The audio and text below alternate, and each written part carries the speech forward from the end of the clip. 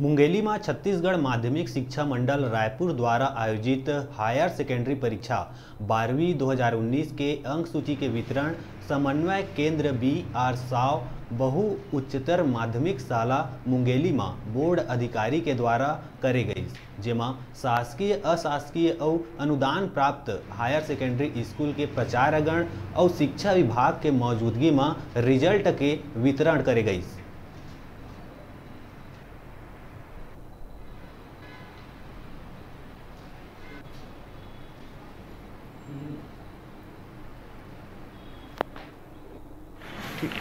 higher secondary परीक्षा 2019 के high school शासकीय और अशासकीय दोनों संस्थाओं की अंक सूची का वितरण आज किया जा रहा है और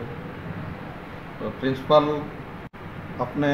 अधीनस्थ कर्मचारी को भेज करके या स्वयं उपस्थित होकर के मार्कशीट प्राप्त कर सकते हैं